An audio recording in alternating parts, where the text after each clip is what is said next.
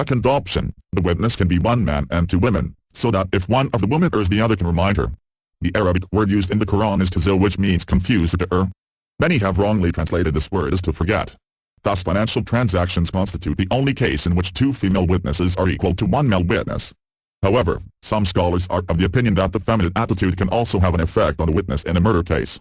In such circumstances, a woman is more terrified as compared to a man. Due to her emotional condition, she can get confused. Therefore, according to some jurists, even in cases of murder, two female witnesses are equivalent to one male witness. In all other cases, one female witness is equivalent to one male witness. There are about 5 verses in the Quran which speak about witnesses without specifying man or woman. While making a will of inheritance, 2 just persons are required as witnesses. In Surah Maida chapter 5 verse 106, the glorious Quran says, "O you who believe, when death approaches any of you, take witnesses among yourself when making bequests." Al-Quran 5-106, 2 just persons of your own brotherhood or other from outside if you are journeying through the earth and the chance of death befalls you. Al-Quran 65-2, 2 persons endued with justice in case of talaq.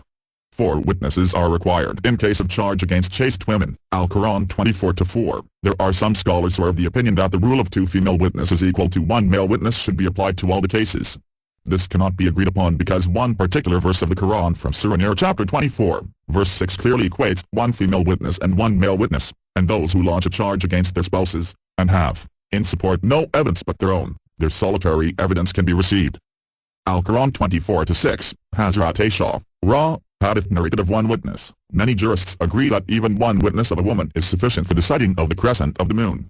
Imagine 1 woman witness is sufficient for one of the pillars of Islam, that is fasting, and the whole Muslim community of men and women agree and accept her witness. Some jurists say that 1 witness is required at the beginning of Ramadan and 2 witnesses at the end of Ramadan. It makes no difference whether the witnesses are men or women. Some incidents require only female witness and that of a male cannot be accepted. For instance, in dealing with the problems of women, while giving the burial bath that is ghusl to a woman, the witness has to be a woman. The seeming inequality of male and female witnesses in financial transactions is not due to any inequality of the sexes in Islam. It is only due to the different natures and roles of men and women in society as envisaged by Islam. Inheritance. Question. Under Islamic law, why is a woman's share of the inherited wealth only half that of a man? Answer. The glorious Quran contains specific and detailed guidance regarding the division of the inherited wealth among the rightful beneficiaries. The Quranic verses that contain guidance regarding inheritance are Surah Baqarah, chapter 2 verse 180, Surah Baqarah, chapter 2 verse 240, Surah Nisa, chapter 4 verse 79, Surah Nisa, chapter 4 verse 19, Surah Nisa, chapter 4 verse 33 and Surah Maida, chapter 5 verse 106-108. There are 3 verses in the Quran that broadly describe the share of close relatives, that is Surah Nisa chapter 4 verses 11, 12 and 176. The translation of these verses are as follows. Allah, SWT, thus, directs you as regards your children's inheritance, to the male, a portion equal to that of 2 females, if only daughters, 2 or more, their share is 2/3 of the inheritance, if only 1, her share is a half. For parents, a 1/6 share of the inheritance to each, if the deceased left children, if no children, and the parents are the only heirs, the mother has a 1/3, if the deceased left brothers or sisters, the mother has a 1/6. The distribution in all cases is, after the payment of legacies and debts. Ye know not whether your parents or your children are nearest to you in benefit. These are settled portions ordained by Allah, and Allah is all-knowing, all-wise. In what your wives leave, your share is half. If they leave no child, but if they leave a child, ye get a 1/4, after payment of legacies and debts. In what ye leave, their share is a 1/4, if ye leave no child, but if ye leave a child, they get an 1/8, after payment of legacies and debts. If the man or woman whose inheritance is in question, has left neither ascendants nor descendants, but has left a brother or a sister, each one of the 2 gets a 1/6, but if more than 2, they share in a 1/3, after payment of legacies and debts, so that no loss is caused to anyone. Thus it is ordained by Allah, and Allah is all-knowing, most forbearing. Al-Quran 4:11-12. They ask thee for a legal decision. Say, Allah directs them about those who leave no descendants or ascendants as heirs. If it is a man that dies, leaving a sister but no child, she shall have half the inheritance. If such a deceased was a woman who left no child, her brother takes her inheritance. If there are 2 sisters, they shall have 2/3 of the inheritance between them.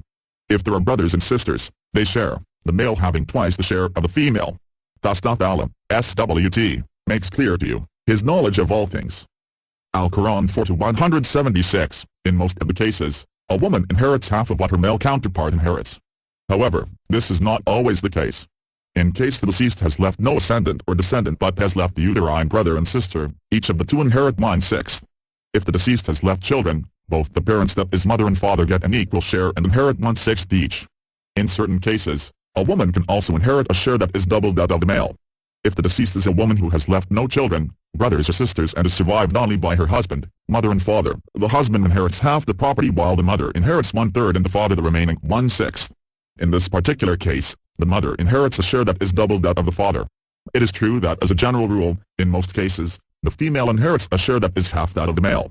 For instance, in the following cases: 1. Daughter inherits half of what the son inherits. 2. Wife inherits 1/8th and husband 1/4th if the deceased has no children. 3. Wife inherits 1/4th and husband 1/2 if the deceased has children. 4. If the deceased has no ascendant or descendant, the sister inherits a share that is half that of the brother.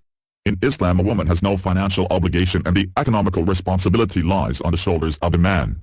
Before a woman is married, it is the duty of the father or brother to look after the lodging, boarding, clothing and other financial requirements of the woman. After she is married, it is the duty of the husband or the son. Islam holds the man financially responsible for fulfilling the needs of his family. In order to be able to fulfill the responsibility, the man get double the share of the inheritance. For example, if a man dies leaving about Rs. 150,000 for the children, i.e. one son and one daughter, the son inherits 100,000 rupees and the daughter only 50,000 rupees. Out of the 100,000 which the son inherits, as his duty towards his family, he may have to spend on them almost the entire amount, or say about 80,000, and thus he has a small percentage of inheritance, say about 20,000, left for himself. On the other hand, the daughter, who inherits 50,000, is not bound to spend a single penny on anybody. She can keep the entire amount for herself. Would you prefer inheriting 100,000 rupees and spending 80,000 from it, or inheriting 50,000 rupees and having the entire amount to yourself? Is the Quran God's word? Question: how can you prove that the Quran is the word of God? Answer: to be corrected and provided after a few days. Approximately 5 pages. Hereafter, life after death. Question: how can you prove the existence of hereafter, that is life after death? Answer: 1. Belief in the hereafter is not based on blind faith. Many people wonder as to how a person with a scientific and logical temperament can lend any credence to the belief of life after death. People assume that anyone believing in the hereafter is doing so on the basis of blind belief. My belief in the hereafter is based on a logical argument. 2. Hereafter logical belief. There are more than 1,000 verses in the glorious Quran, containing scientific facts. Refer my book Quran and Modern Science, Compatible or Incompatible? Many facts mentioned in the Quran have been discovered in the last few centuries. But science has not advanced to a level where it can confirm every statement of the Quran. Suppose 80% of all that is mentioned in the Quran has been proved 100% correct. About the remaining 20%, science makes no categorical statement, since it has not advanced to a level where it can either prove or disprove these statements. With the limited knowledge that we have, we cannot say for sure whether even a single percentage or a single verse of the Quran from this 20% portion is wrong. Thus when 80% of the Quran is 100% correct and the remaining 20% is not disproved, logic says that even the 20% portion is correct. The existence of the hereafter, which is mentioned in the Quran, falls in the 20% ambiguous portion, which my logic says is correct. 3.